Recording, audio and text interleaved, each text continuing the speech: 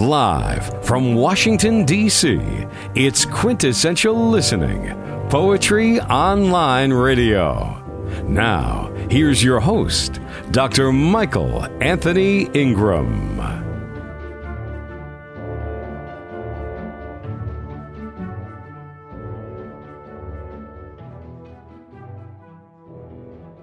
My special guest is Tali Cohen Shabtai. Tali hails from Jerusalem, Israel, and has received critical acclaim and recognition for her poetic works. So without further ado, I give you Tali Cohen Shabtai. Thank you, Michael, for hosting me. A little bit about myself. My name is Tali Cohen Shabtai. I'm a poet. I've been writing since the age of 6. The author of 4 bilingual books of poetry. My works have been translated and still translated into many other languages. I never offered myself an award. A member of the Hebrew Writers Association in Israel. I lived abroad for years in Europe and the U.S. I'll continue with a poem that tells about me better. Ideology as a way of life. Women like me, yes, have been added over the years to overshadow what precedes us, that is mostly not in line with our agenda. The accepted wording is not what will satisfy our desires. Desires? Ours? Well, then I write in the female first person plural, so as not to sound as one who sins with pretension.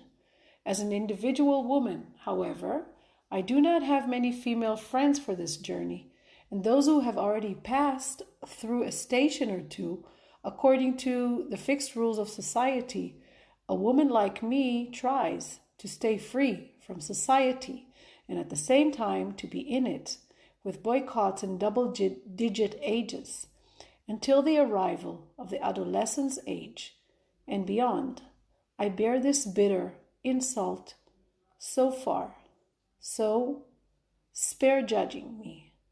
That Cohen Shabtai has rules of her own, as Amos Levinson wrote about me. I came with a goal of satiating inspirations based on my theories. Therefore, I collect poems of the margins of humankind, since they have a greater potential to waver from the conventions. Just like me, with 50 cents in my wallet, I live my own actions, lest my inarticulate mouth will be passed over and my eyes are blinded. Women like me, particularly at the beginning of the 15th century, were persecuted and burned for being independent and strong at the Catholic Church's instruction. Nowadays, you can petition the High Court Justice. So it is for a woman like me, a well-known Israeli poet and editor. Moreover, it is necessary to read my poetry in order to get a feeling of how... At the age of 6 of the 1980s, I started writing what in time became the beginning of my literary career. Since then, I never stopped writing, just so that I would now have that last line for you. So I have the writing abilities, and my personality also has turned my attention to this occupation. Also life. There was no dramatic decision in which I categorically decided I would be a poet. The first time I wrote was at the age of 6. I have written many diaries since then. During the junior high and high school, I wrote for the school newspaper. In the 5th grade, I already took a matriculation exams in literature as a clearly outstanding student in this. I was chosen to write and deliver the school graduation speech at the end of the academic years. So yes, I studied ballet, folk dancing, swimming, guitar, but the soul asked otherwise. My initial dream was to be an opera singer, like in the play Carmen, with a crimson dress and a long, flowing, sooty hair gliding over my shoulders. I wanted to be present. I am aware of my presence, especially when I appear and read aloud in front of an audience. Me and the writing and poetry Everything is like it was already paved for me before I was born, so natural, and because poetry for me does not belong to any school. It is practical, and the words are necessary. The words are always necessary. The words are the act. My poetry is my necessity to exist and to live in the judgment of a poet, a woman, independent, who does now not allow the herd, not now or as a child. Writing is an excellent opening that benefits me in moments when I hug myself from afar, in dissociative moments, in days or periods or even entire seasons in which no therapeutic will be able to trying to praise my grief or neither to decorate me with lower analogy of RIP poets who produce the best comedies of their life by blank paper and faked orgasms and ending as their own hangman. Since my sentence is set, and of this I have written quite a bit. It is too early to say this, but it may be that I am in the saga of cursed poets who devoted all their time only to their poetry, and so part of the poem I wrote Cursed Poet. You are not guilty that your target audience is those who slightly polished your book before its publication. Even though you were referred to more than two Bohemian editors, your writing remained in the form of a monologue. And because any dialogue of symposium was passed over, nevertheless, it's not your fault that your letters enter in the wrong places for those with one ear who read only writing that has not been devoted to the thought in the second degree above the average, and that, without demand and supply, in a very low frequency, you must make trade-ins with writers you don't know face to face. I'll start from the extreme, from the poem I offered myself to tourists, page 59, 9 years from you. I sought an immersion of my bones from a different nation. I left the bounds of Israel. This time free, shouting, enjoying myself. How did know to have intercourse with me for years, Israel? In my writing, I fully express my non-appeasement with being Israeli, with the culture in my country. I know very well not to belong to any agenda. Not for no reason did I live abroad. All my life I am gnomed in my soul. There is a difference between being Jewish and being Israeli. I take the Judaism, the Israeliness. In any case, we are perplexed. In my second book, Protest, there was a division message in the book, both in the content and visually, that the part of the book with my poems in English I dedicated and express my freedom, and on the other hand, in my Hebrew poetry, I express my internal war with the friction, the remoteness, and more than anything, my exile. This is also written on the back of the book. My legacy. My legacy? It amounts to the skull cap of my father, the Cohen, in the Hebrew language. There is no boasting here about legacy. Without doubt, the background influences my creations, but I protest the saying that a man in the landscape of his childhood. I stand behind the saying from the Bible, there is no prophet in his city and in his house, meaning that the consciousness comes from foreign countries rather than from the land of your birth. By the way, you know what my literary name is? Foreign City. I deal with and write quite a lot about Jewish identity, and on the opposing side, foreign identity. This is a narrative from my private life to come into contact with people I have known in the world from other cultures, and how this is manifested in my life. For example, In the poem Conversion, I like your gestures, but I can't take you to portray others in my language. I want also to say that the subjects that particularly interest me, I was wise enough to investigate, not only in my writing and by writing about them. For example, injustice and civil wrongs and protecting the margins of society, about which I learned during my law studies. The issue of femininity and the woman's body I learned in Eastern and flamenco dance, for example. Accents, foreign cultures, I realized from teenage that I had to feel them on the ground. Accordingly, I traveled and plowed every heart of the city I was in, even if this bordered on dark and dangerous places. I am a slave to my inspirations, in the same way as I occasionally walk through the area to photograph material for an exhibition. I thought a lot on the issue on the woman's body image, and anatomy. These beloved subjects occupy me quite a lot, and a front swimming against the tide of norms and the primitiveness in my country. In my new book, I often write contemplative writing about life in flowery words and deliberations that squeeze into poems. There is quite a bit of sarcasm about what is accepted in society in my writing. The issue of the soul investigates firsthand during crisis and various depressions. There are other issues. This is what I see fit to mention. This is unequivocally the tactic of a poet that is very subjective to each and every one.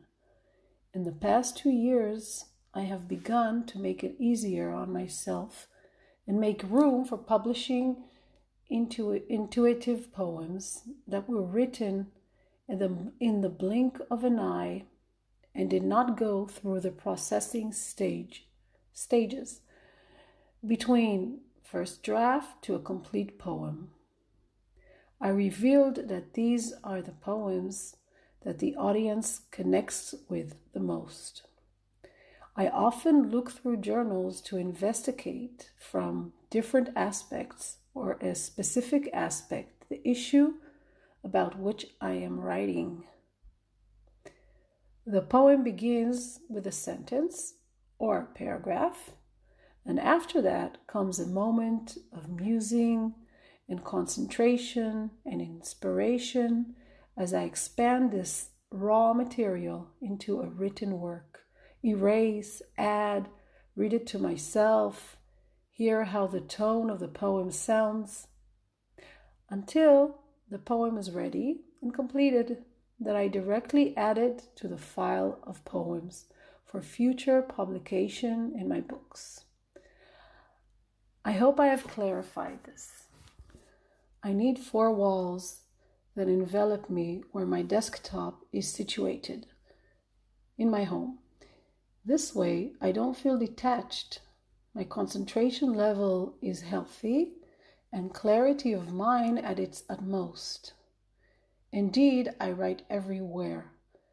But in order to process the writing into a written poem, I have to sit on a wide wickerwork chair and do it at my desktop with a double glazed window beside me that overlooks a narrow courtyard containing 3 generations, grandmother, mother, and daughter. Their talk is always vocal and loud and lacking restraint, and they are the sympathy as I write my creations. By the way, all 300 pages of my 4th book I wrote from this space. There's a broad answer to this question. In my youth, I was connected to the poetess Rachel, to Zelda, Leonard Cohen, Anne Sexton, some Virginia Woolf, and with the years, I was lacking inspiration. My life as a poetess is similar to the Polish painter Zdzisław Beksinski. And thus, I wrote as follows. I write poetry but avoid any influence of those in the same realm, involvement, with them is further from the city of God. Indeed, there is a cross-referencing here with the Polish artist Zilso Bekisinski, who avoids public appearance and maintained that he should not be influenced by other painters, and even refrain from visiting museums. From the poem summary, page 48, from the book 9 Years from You. In recent years, I have researched the poetry of Dalia Rovikovich. I don't touch Yona Wallach, and I refuse to be a groupie and an impersonator of a literary icon and the model for the poetess in Israel who mimics her writing and her spirit. I was influenced and wrote about it in the poem The Life of a Poetess, from a poetess of figures that dance the dance of death in life. I more expressed solidarity than the influence they have. I felt that I shared with them a common fate, and about that I wrote. It is obvious to you from the recognition to bear the ancient face in your beauty. You must alert them that they will know you, and to those who don't, the secret of the custom, practice in which you assumed your faith in this type of woman, because only in her death we will know her life. From the poem The Life of a Poetess, page 45, book purple, diluted in blacks, thick. For a specific example, I am influenced by those who share a similar fate to mine. For example, with my favorite author, Sidonie Gabrielle Collet, I share the contempt for over-sentimentality, aligned with indifference to the concept of love. With Leonard Cohen, I share the catchphrases and sharpness, and also the parody and sarcasm that are sometimes hidden in his poems. With Wisław Szymborska, I share the very precise vision of things and life itself. She had a very sharp and clear angle with collective vision, and yet a distinction in the subtleties that I have in common with it. With Frida Kahlo, who also wrote The Need and the Constant Preoccupation with Being Loved, the suffering, the pain, the instability to beautify the blemish, and the constant preoccupation with the soul, as in a very narrow world that usually I am the only one in. As the poet Rachel's sentence, my world is as narrow as an ant's world. To my sorrow, although I am not influenced at all by the poet Yona Wallach, our writing is very different, but the innocence of our poems are very similar. With her, I share the frenzy, the madness, the gender aspect, the femme fatalism, alongside female strength and yet vulnerability. Let's say I'm influenced by those who share a similar fate to mine. For example, with my favorite author, Sidonie Gabrielle Collet, I share the contempt for a over-sentimentality aligned with indifference to the concept of love. With others, I share the fate of a cursed poetess, that I wrote much about it in my last book in particular, in my books in general, and thus I wrote in the poem. Such a therapist, she's trying to praise my grief on papers gone to early retirement. She's trying to decorate me with a lower analogy of RIP poets, who produced the best comedies of their life by blank papers and faked orgasm, and ended as their own hangman. But she must be warned. It's a static position. A woman who gets lost in translation will never be tested twice, not in this scenario. My first material to be published was at the age of 13 in the renowned Hebrew literary monthly Moznayim, Scales. It was about platonic love. I went on a class trip. We had a guide who the students mocked throughout the trip, but I managed to see his vulnerability and pretty face. He was forced to leave on the second day of the trip due to his mother's illness. In the dining room, I called him over and gave him a letter. I remember that I cried. And this is the poem that I also decided to put into my first book of poetry, Purple, Diluted in a Black's Thicket. He was like an image to many, and to me like a man, like a sound that has lost its way among cracked strings, and my heart desired to be drawn closer, of love together. I was jealous, and where can I distill my comfort thin as it is, when I saw him only through a hidden peephole, and that was my only closeness. The sight of my words in print was received with apathy. At the same time, I also wrote for the school newspaper. While the poem was published in the journal, I wrote simultaneously about my vacation in Los Angeles at my sister's. I wrote for the paper all through middle and high school. I shared in the newspaper article my first photograph with a homeless person in Santa Monica Boulevard and on the beach with an Afro-American policeman. I've never been in a hurry to publish since then, so this allows me to be calm, and I feel indifferent about my publications. This is accepted by me as an understood and integral part of my vocation in life as a poet.